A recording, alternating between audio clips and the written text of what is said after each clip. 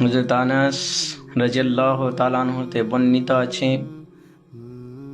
তিনি বলেন রাসূলুল্লাহ সাল্লাল্লাহু আলাইহি ওয়াসাল্লাম বলেছেন হাদিসে কুদসি,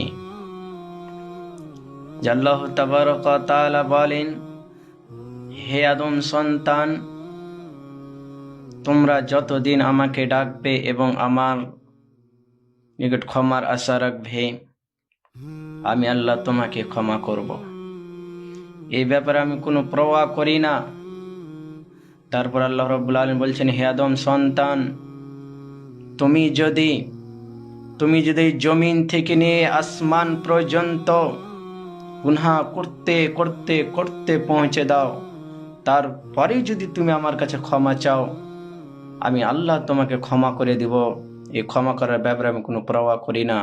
আল্লাহ রাব্বুল আলামিন আবারও বলছেন, হে আদম সন্তান, তুমি যদি পৃথিবী সমপরিমাণ যদি গুনাহ নিয়ে আমার নিকট আসো, আর আমার কাছে যদি কোনো রকমের শরীকের গুনাহ না করে থাকো, তারপরে যদি তুমি আমার কাছে ক্ষমা চাও, আমি আল্লাহ তোমাকে পৃথিবী সম পরিমাণ আমি তোমাকে ক্ষমা করে দিব, আমি তোমাকে মাফ করে দেবো। সুবহানাল্লাহ।